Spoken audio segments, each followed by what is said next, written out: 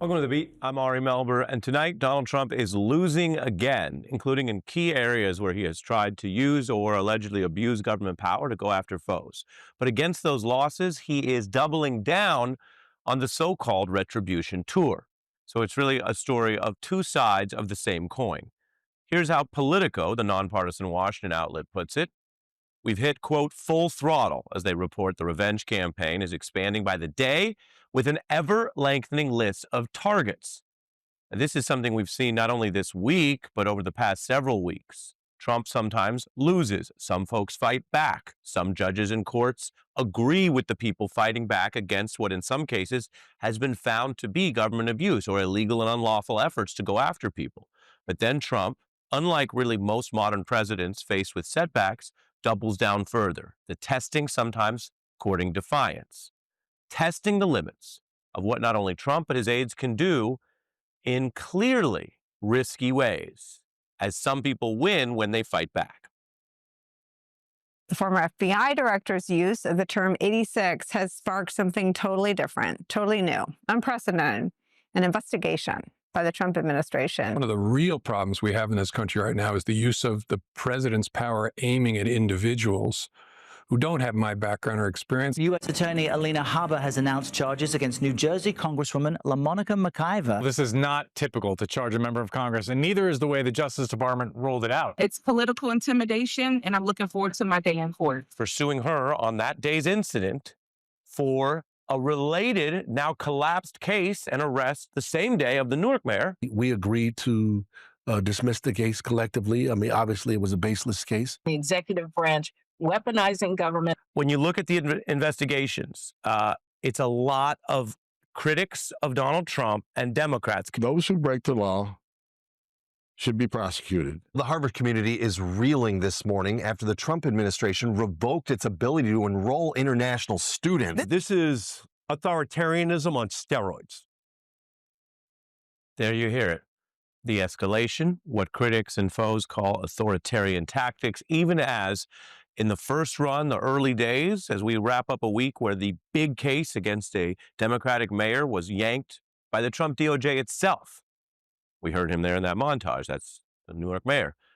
So even as they lose that one on the Trump side, and even as Harvard is getting some good signs, they just keep expanding the target list, which raises serious questions about what to do when even their losses aren't dissuading them. So I want to get right to it tonight. Gene Robinson, the Pulitzer Prize winner, joins us and knows his way around so many of these issues. And for a more political perspective, an Obama campaign veteran, Che Komanduri. Welcome to you both. Gene, I show how this is going, and we have another Harvard and law firm headline here tonight I'll start with. Some firms bent, but now you have a judge striking down the order that targeted Jenner and Block. That's one of these firms. The ruling saying that Trump is, quote, trying to chill legal representation they don't like by punishing lawyers. The fairest way I can put it, Gene, is governments are allowed to issue orders and test things, but when they find out they're illegal, they have to stop. And that's really what is now being tested as we go into this holiday weekend in the next couple weeks. On the law firms, on that mayor I mentioned, they are being told to stop. Yeah, they're being told to stop, but they're not stopping. I mean, they keep doing these things, and maybe this is what we have to look forward to for the foreseeable future.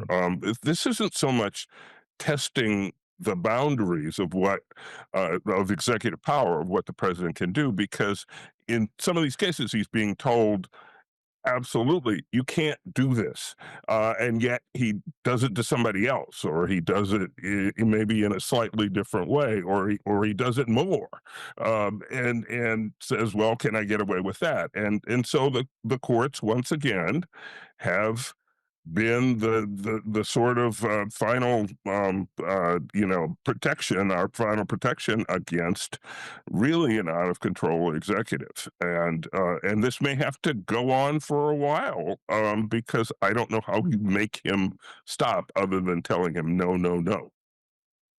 Yeah, Che, we all know the term politics as usual. Right. This isn't supposed to be politics as usual. Letting it become usual even if they eventually back down, the Trump DOJ did drop the case against the mayor quickly. But they still think politically, that's where I turn to you on the politics, they think they're getting something out of it, and that not everyone will be like the mayor or James Comey and want to deal with this. So I leave that for your reflection, Che. We'll get your answer. I just want to share what the mayor, in his own words, Baraka, told us about that case being pulled. This was earlier this week. Our lawyers and their lawyers got together and made a quick decision that this should be not tried in any court at all. I think this is clearly being driven by that desire to do what was said earlier, to hurt people, to embarrass people, to humiliate folks. And they'll go further than that if they can. Che? Yeah, I mean, so the Quentin Tarantino's Kill Bill opens with the line, revenge is a dish best served cold. The problem is that Donald Trump is serving us revenge piping hot. And that's actually the political problem. This is something that is designed entirely just for his base, entirely to show that he is an authoritarian, that he is showing masculine dominance over his enemies, but it's not reaching, you know, the average American, and Donald Trump's approval ratings are dropping because he's pursuing things like this. You know, Frank Sinatra, somebody that Trump says was a friend of his, Nancy Sinatra says Sinatra loathed him. Sinatra said the best success, the best revenge is massive success. You know, Donald Trump really wanted revenge on his enemies. He could do it by governing well. He could do it by taking the economy Joe Biden left him and improving it. Instead, he's actually doing the reverse, and he's spending all his time pursuing these revenge targets that are, frankly, very poorly thought out and seem totally impulsive, like everything else he does. Eugene? Yeah, it does seem to be massively counterproductive what he's doing, because as Che said, his approval ratings are not good. He's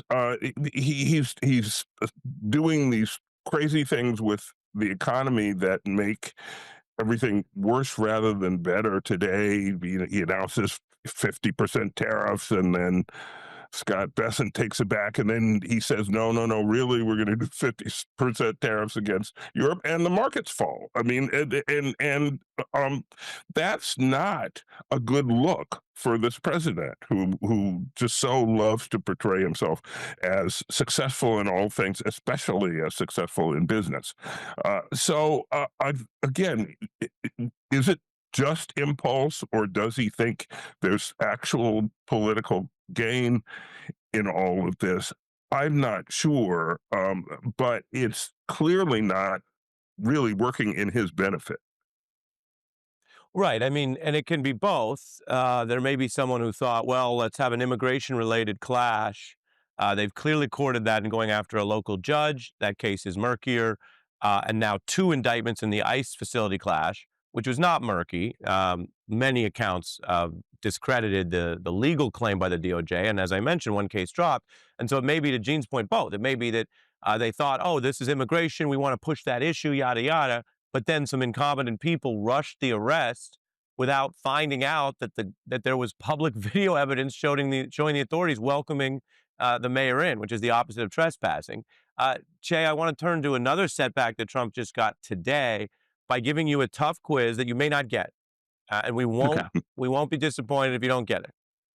What, since Che brings up culture, what do Natalie Portman and Conan O'Brien have in common that relates to the Trump retribution era we are in? They both went to Harvard.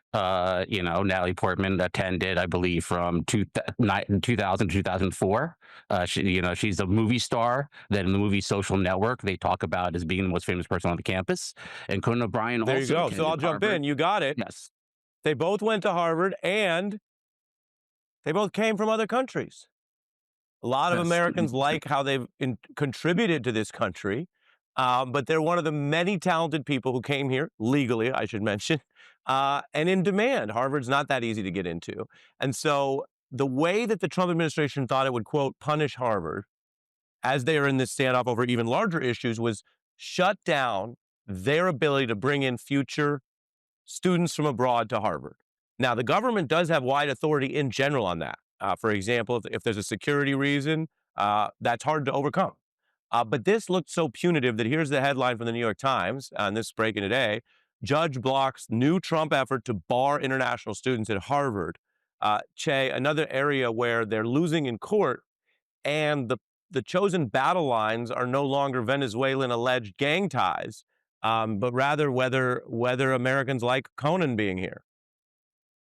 Yeah, I mean, I think that they thought that Harvard would be a really good target because it's the ultimate elitism, except for the fact that many members of the Trump family went to Harvard, including his son-in-law, Jared Kushner. And it also shows how poorly thought out this whole thing is. You know, I got news for you. Harvard will probably be fine. There is no university that has the financial resources that Harvard University has. You know, it basically has a corporation that's the size of some small countries in some cases. And so to pick a fight with Harvard, you know, is just such a poorly thought out piece of strategy. It just shows you the kind of impulsiveness that is driving the Trump revenge agenda. Gene? Yeah, and it's a misreading, I think, because in the case of Harvard, I think maybe on some level they just thought Harvard would cave, that Harvard would give up, that and not. They didn't take into account that Harvard does have the resources to wait out the entire Trump administration if it wants to, amid all these punishments that are being attempted.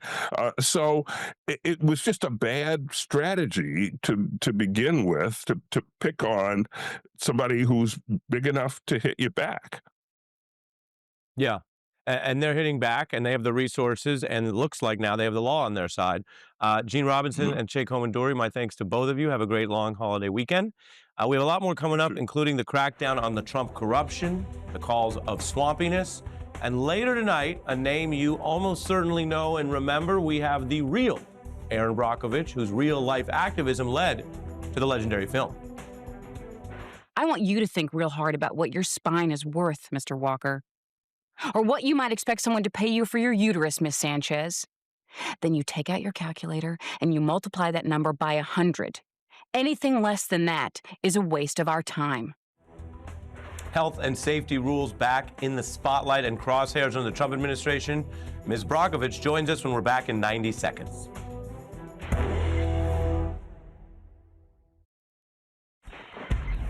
Not for sale! Not for sale! Not for sale! Trump facing protests as the fancy cars pulled up for this crypto dinner. People condemning what is a kind of graft or grift or loophole for foreign donors to get into a White House where they seem very welcome. Trump addressed what was 220 of the highest paying customers who are buying into what they call this personal digital currency, which is a form of online or virtual finance that Trump has long criticized and called a scam. Trump stood before a presidential seal there and said he will promote crypto. It's a 180. I don't like it because it's another currency competing against the dollar. It's potentially a disaster waiting to happen. They may be fake. Who knows what they are? I'm a big fan of the dollar. I'm a big fan of our currency, and I don't want to have other currencies coming out and hurting or demeaning the dollar. I think it's a very dangerous thing. I just want to tell you it's an honor to be with you. And, you know, we've been pushing the market of crypto and Bitcoin and all of it, everything. And I do it for a reason, not for me. I really do it because I think it's the right thing to do. The right thing to do, unless you look at what he said the right thing to do was for many years before apparently the money, the profiteering, changed his mind. Remember, if he were in private business, you can do all this, but he has a full-time job. He is the president of the United States. Now, the people putting the money down are not just experimenting in crypto of any kind. They could buy more established crypto. Bitcoin has risen under the Trump administration and has a lot more to it in terms of being a internationally used type of currency now. But the New York Times makes it very clear from their reporting that multiple attendees admitted that they attended the event with the intent, the quote, explicit intent of influencing Trump and U.S. finance regulations, meaning Instead of partaking in our democracy, they want to change our regulations through this back door funded by foreign crypto. The White House is not even releasing the list of people who came, which is itself suspicious, but some names are coming out. Justin Sin, who has bought over $20 million of Trump crypto, according to reports. Again, this is a bit of a murky area.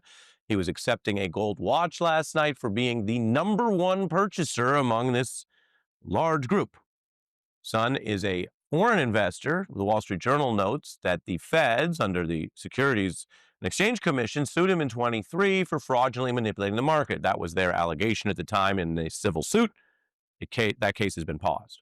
So far, Trump's coin has generated at least $320 million in fees alone. That's $320 million in fees alone, separate from whatever the underlying owners get for selling what may or may not have any value, the actual virtual coin. That goes to Trump's business partners. This is a big story that comes amidst the concern over Trump taking a jet from Qatar and a kind of a no rules at all approach to a very swampy administration. We are joined by Norm Eisen. He was the top ethics lawyer in the Obama White House. He's the co-founder of an organization that has dealt with this against both parties, Citizens for Responsibility Ethics in Washington. I mention that because, well, he was the ethics lawyer in the Obama era, and you can mention this. Yeah, I know you spoke on the scene last night to the protesters at the dinner, but Norm Crew has previously criticized and taken issue with the practices of members of both parties, right? That's right, Ari. And the same with my current organization, the Democracy Defenders Fund that I chair, where we have spoken out against those who are failing to properly regulate crypto, irrespective of party. Whatever you think about this digital currency, Ari, I believe that we need to have crypto as a part of the financial landscape. The president of the United States should not be trading on his office and selling access, Ari, literally to the highest bidder. That's what we saw last night as these vehicles, tinted glass, came rolling in. One man wore a full head mask. It's happening in secrecy, in opacity. It's very dangerous. Coming on top of that plane, the White House is for If sale. some of these individuals wanted to give money directly to a politician in the United States, as foreign nationals, they wouldn't be allowed. This administration has spent 100+ days telling us about all sorts of alleged foreign dangers, including individual people who might be here sometimes on asylum, but then suddenly taking in the foreign money that would otherwise be illegal, that's fine as long as they get rich. It's completely unacceptable. The American people elected Donald Trump to do the public's business, not his own private business to line his pockets. The people were open. I overheard them talking to the reporters that they were there to influence him on crypto. Campaign finance laws would forbid them from spending this money, coming on top of a $2 billion investment in his other crypto business, World Liberty Financial, by a UAE-backed fund, and that Qatar plane, Trump Tower in the sky, Emoluments Force One, Ari. It's unacceptable. It's against everything we stand for as a country. Now, on the jet, tell us what your court history shows and what you think can be done. Because now that it's become official, the Pentagon says they'll take it. They're planning to spend a lot of money on it. They're claiming it's going to be classified. But you have experience in this area, and you say there are ways to sue and even win? We litigated in the first Trump administration against Donald Trump taking foreign cash or things of value of any kind. 19th century, 18th century word for that was emoluments. It just means swag or cash, Ari. And it's forbidden in the Constitution because it's so dangerous. It's the only ethics rule that the founders and framers put in our Constitution. We got the Second Circuit and the Fourth Circuit to say Donald Trump can be sued for doing this. Now, we ran out of time. The Supreme Court dismissed the case as moot because he was no longer in office. But the law is clear on this. And I think you're going to find that there will be litigation against Donald Trump's wrongdoing. We can't allow this to stand. It's not fair to America and the Constitution. And if you won that ruling, then he or future presidents could be enjoined from using the plane so long that it was a gift not approved by Congress? That's right. You could get relief as to the plane, as to these large investments in his crypto businesses, because we don't know who bid to have dinner with him last night. We don't know if foreign governments were involved. We know it was a lot of foreign individuals, according to media analysis, and because American can't trade on some of these exchanges where the purchases were made. These people are not spending these amounts of money for free. It's because they want to influence the president with the Qatar plane. Qatar houses Hamas, Ari.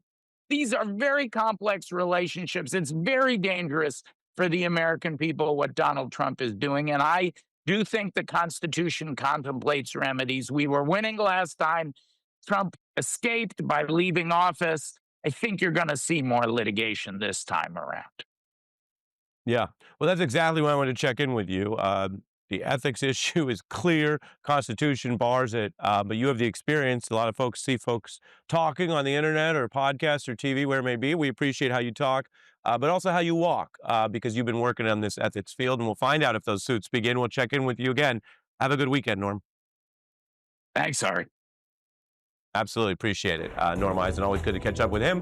We have a fact check for RFK Jr. tonight. We have new warnings about Elon Musk's supposed chainsaw. We have Diplo by the end of the hour for a Mavericks, if you want to lighten the mood going into the weekend. And as promised, next, the whistleblower and activist Erin Brockovich. Stay with us.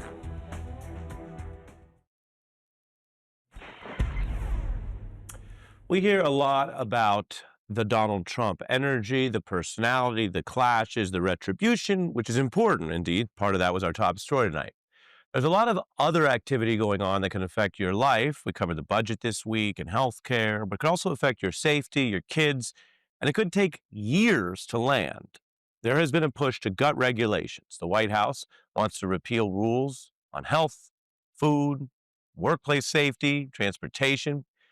This predates Trump on the right. Deregulation is a big part of the modern Republican Party. You've heard it in the talk about a, quote, regulatory state.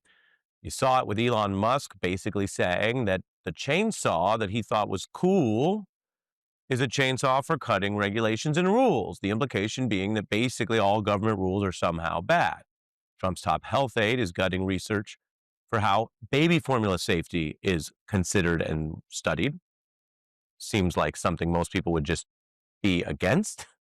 They've also oddly suspended the quality tests for milk, environmental rules, including rolling back pollution. Safety measures are now coming down the pike from this administration. Again, these are headlines, but it's not always the biggest thing in Trump world any given day. There are plans to limit what are called forever chemicals that can get into drinking water and have been linked to all kinds of risks. These are things that individually might not, to be honest, we're journalists here, right? Might not change your world tomorrow. You might not wake up tomorrow and say, oh my God, it all exploded. And yet over time, there's a lot of evidence about how relaxing or gutting these rules makes a lot of people less safe. We have the perfect person, we think, to get into how this works and how long it can take. That's our upcoming guest who knows all about the danger of these issues. It was brought to life in the 2000 movie Erin Brockovich, where Julia Roberts played a certain type of hero. The person who doesn't seek power or run around trying to get well known, but becomes, through their work, through the situation they're in, a whistleblower. In this case, a kind of environmental and safety activist speaking out against corporate greed and what were probably some government mistakes in not catching things or having strong enough rules in a town in California. The crisis brought on, in part, by the way corporations could use loopholes and the lack of truly binding safety rules. I'm sorry. I just don't see why you're corresponding with PG&E about your medical problems in the first place. Well, they paid for the doctor's visit. Wow. Why'd they do that? Because of the chromium. Why indeed? And sometimes you have to keep asking those questions and not be afraid of the pushback. That town of Hinckley had toxic chemicals that were, in real life, dumped into the water for years. In the 1950s and 60s, PG&E admits it dumped 26 tons of a coolant made of chromium-6. The chemical is toxic and causes cancer. Every community that I deal with that has been exposed to chromium-6, they have the same health symptoms. I've had several stomach surgeries. I've had a hysterectomy. I've had several lumps removed from my breast. This is a company that has great technology. They certainly have the money. You can't control this plume here in Hinckley after everything that's happened. They certainly did have the money. Evidence emerged the company knew that this kind of dumping was hurting people, hence the reference to trying to pay for some of that to keep it more quiet. But they also fought to avoid bad press or responsibility and certainly any kind of binding regulations. PG&E eventually settled for $330 million. At the time, it was actually the largest such settlement in American history. One point there is, in addition to all the real people whose lives were affected, the whole thing proved to be very costly for the company and its shareholders and yada, yada, than just doing the right thing to begin with. Now, environmental regulators and businesses continue to spar. There's no single one-size-fits-all solution for all these things. The Post did a follow-up, though, on Hinckley just last year, reporting Erin Brockovich made the town famous. They still don't have clean water. Erin Brockovich on this Big Friday is our special guest. Live next.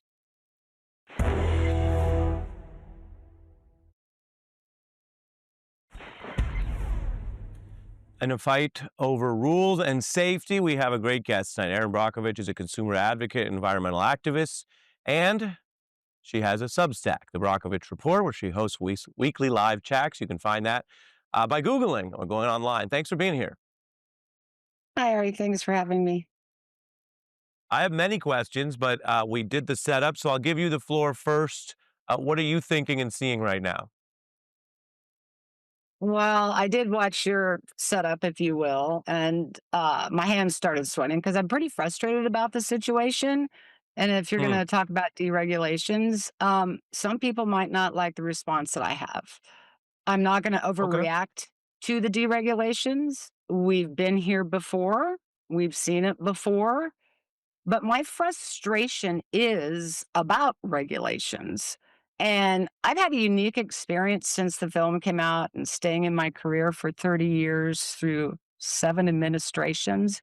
There's issues here on both sides of the aisle.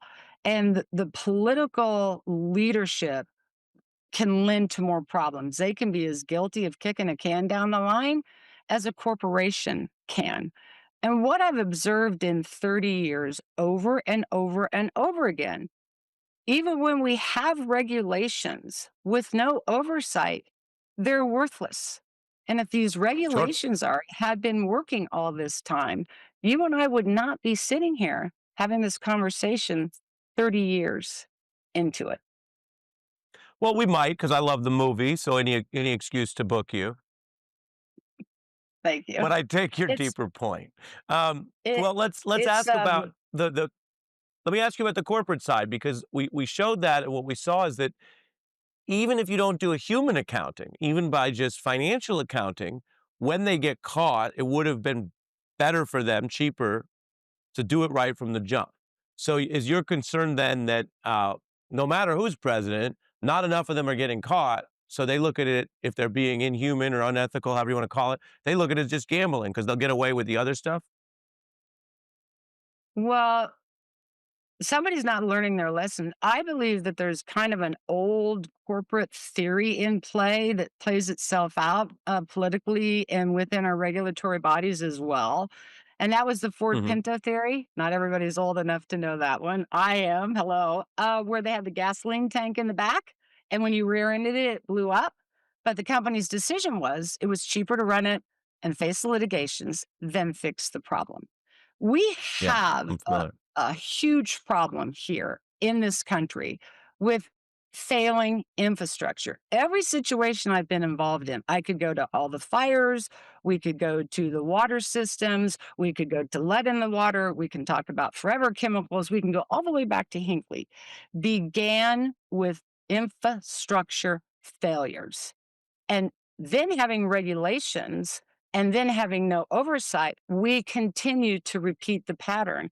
And we're in a place now, Ari, this is not serving us. And moving forward, I want the highway or your way, my way, no way, all the finger pointing, which we've been doing for decades, hasn't changed a thing. We need to address regulations and oversight of those regulations. I'm not going to overreact to deregulations. The one good thing about that is we're having this conversation again. And what I harp on all the time is about infrastructure. Where's our plans? How are we going to implement them? Because if we're not realistic, we're not changing out these infrastructures. We're not changing out all our lead lines. We're not changing out all our utilities. Our grids aren't up to snuff, if you will. If we aren't realistic about the time change that's going to require, we've wasted time already because it won't be tomorrow. We need to start being prepared. And we are perfectly capable of doing that, whether it's through your own observation, listening to fire reports, getting to know your water, getting your water quality reports, following up on what regulations are or aren't. Has anybody had oversight? And it's a multi-pronged approach getting to where we need to be. But if we continue to just stay in this stuck argument, it's deregulations, they're a problem, regulations, no oversight, blaming the other party or this party, we're not going to get where we need to go. So I'm super frustrated. I get it. And I bet some people listening would be frustrated about a lot of aspects of this, and you put the work in. Let me play a little bit of Elon Musk. Take a listen. Regulations basically should be default gone. Default gone, not default there, default gone. And if it turns out that we missed the mark on a regulation, we always add it back in. I don't think adding it back in would work well for the people you've represented. And then I'm curious how you as an advocate feel in what seems a little bit like a dystopian kind of obvious movie plot where the richest person who runs the companies then has a partial role running the government that's supposed to regulate the companies. That would seem to some degree different than decades ago, but your thoughts? Well, it is. It's kind of everything I've been saying. We're going to go to one extreme or to the other extreme, and neither extreme is going to work. And so I pay very close attention to what's going on out there, regulated or deregulated. And where I always find where we get better is through the people, the community, and the action they take, combined with the support of the law. They make effective changes even at a local level. We believe these regulatory, regulations or, if we talk about forever chemicals, forever chemicals were introduced very, very long time ago. The US EPA knew about them in the 90s, still let it into the stream of commerce, set a guideline based on no science, only for us to find out it's one of the biggest contaminants that we have. So we've got to rethink before we let something into the marketplace, what is the science on it, and not use us as the guinea pigs. And that these federal rules don't affect every single state. When I was involved in Hinckley, the federal oversight was nowhere to be found. California's been the first state to set an MCL, a maximum contaminant limit, for hexavalent chromium that we follow that isn't a federal guideline. So I want people to not overreact and bring it home and I to think the community. I'm running over on time. That's the only reason I'm jumping in. But I think your point about not overreacting but having context, you said, about the guinea pig. Even guinea pigs don't want to be guinea pigs, let alone people. So you've given us a lot to chew on. Erin, thank you so much. You're welcome. It's Friday. We like to end uplifting notes. That's next.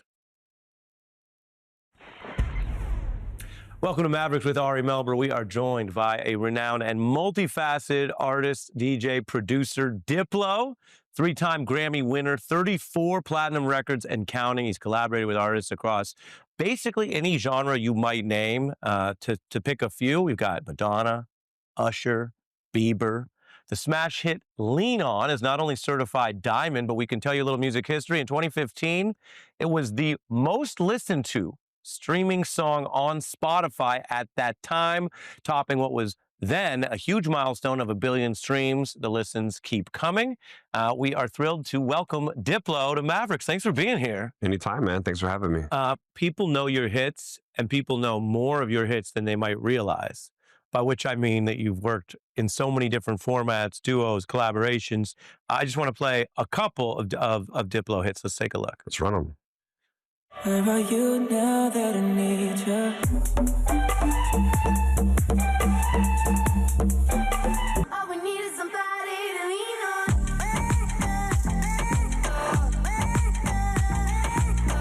And I would stop the world for you, you know. I wanna let you know I'll never let this feeling go. I fly like paper, get high like planes. If you catch me at the border, I got visas in my name. Here's a question you might not like because it's kind of hard to answer, but like, do you know you're going to keep making big hits and there's some magic process that you're tapping, or you've just done your thing and had a lot of these be that big a hit? I think I've just been very lucky to collaborate with people that I've loved, and the experiences. You know, when we made Paper Planes, me and Maya, MIA, we had no idea what we were doing. Like, I had no idea how to produce music. We just kind of made that song in a bedroom, and it went viral. This is 20 years ago, and it got nominated for Record of the Year. And at the time, we were up against, I think, Alison Krauss and Herbie Hancock, and people were so mad we were even nominated because we had gunshots in the chorus, and it wasn't mixed that well, but it was a... And you said you were in what? Were you in a bedroom? You're not a studio? No, we recorded that in a bedroom. I think you could pull up a YouTube of us recording it. I actually recorded it back then. And we made that record, and we, turned it into the label, and they were like, we can't put this on the album. Because? It had the gunshots and had no core. It was just messy. And then it reached number 2 on the charts. And we were like, this is insane. My first really big hit. And I didn't know what I was doing. I wasn't a real producer back then. It felt like a real gift. And then I think about 6 months ago, it went viral again on TikTok, and it was the number 1 song. So when you make a great song, it does feel timeless, and you don't know it till you stand back and see it. So I've been really lucky to have those moments where you get goosebumps in the studio, but you never know what happens. Some things fall flat. Some things I love. I spend months, sometimes years on versions of it. It never goes anywhere. But sometimes a record that you make in 10 minutes becomes one of the biggest records of your life. You never can really understand it till you stand back and look at your career. In a word or a sentence, Skrillex. A genius. Beyonce. The Queen. Madonna. The original Queen. Justin Bieber. The voice of a generation. Travis Scott. Maybe the most energetic musician of the last 50 years. Damn. Mark Ronson. Lifelong friend. Known him for so many years, probably 25 years. Came up together, same scene. Bad Bunny. When I first met him, he didn't speak any English. Now he's like on WWE, and he's like killing it. I knew I'd made it when my dad finally realized I wasn't a drug dealer. When was that? Around 28 years old. He was like, how do you make money? What are you even doing? He could not fathom that music was a real career. I love that. These are the final 3. Okay. Failure means? Just work harder.